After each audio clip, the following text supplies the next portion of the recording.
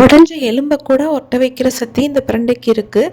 கன்சீவாக இருக்கும்போது after delivery ஏற்படுற முதுகு வலியெல்லாம் இந்த பிரண்டை சாப்பிடும்போது நமக்கு இல்லாமல் போயிடும். அப்படிப்பட்ட பிரண்டையில் இன்றைக்கி எப்படி குழம்பு செய்கிறதுன்னு பார்க்கலாம். கொஞ்சமாக எண்ணெய் சேர்த்துக்கிட்டு அதில் நம்ம பிரண்டையை நல்லா க்ளீன் பண்ணி அதில் சேர்த்து நல்லா வதக்கிக்கணும். அதுக்கு ஒரு அரிப்புத்தன்மை இருக்கும். அது இல்லாமல் செய்கிறதுக்காக தான் இந்த மாதிரி நல்லெண்ணெயில் போட்டு நம்ம வதக்கிக்கிறோம். அதை தனியாக எடுத்து வச்சுட்டு அதே கடாயில் கொஞ்சமாக சின்ன வெங்காயம், பூண்டு, சீரகம், மிளகு, கருவேப்பிலை எல்லாத்தையும் சேர்த்து நல்லா வதக்கிக்கோங்க. அது நல்லா வதங்கினதுக்கப்புறம் ஒரு தக்காளி பழம் சேர்த்து நல்லா வதக்கிக்கோங்க.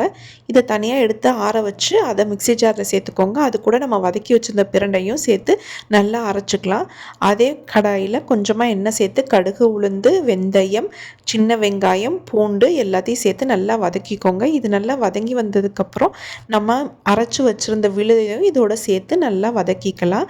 இது நல்லா வதங்கி பச்சை வாசனை போனதுக்கப்புறம் நான் வீட்டில் செஞ்ச குழம்பு மிளகாத்தூள் 1 டேபிள் ஸ்பூன் அளவுக்கு சேர்த்துருக்கேன். தேவையான அளவுக்கு உப்பு எல்லாத்தையும் சேர்த்து நல்லா வதக்கிக்கோங்க. அதுக்கப்புறம் நான் மிக்ஸி கழுவுன தண்ணியை சேர்த்துக்கிட்டேன். இதில் நல்லா அது கொதிச்சு வரும்போது நம்ம புளித்தண்ணி சேர்த்துக்கலாம்.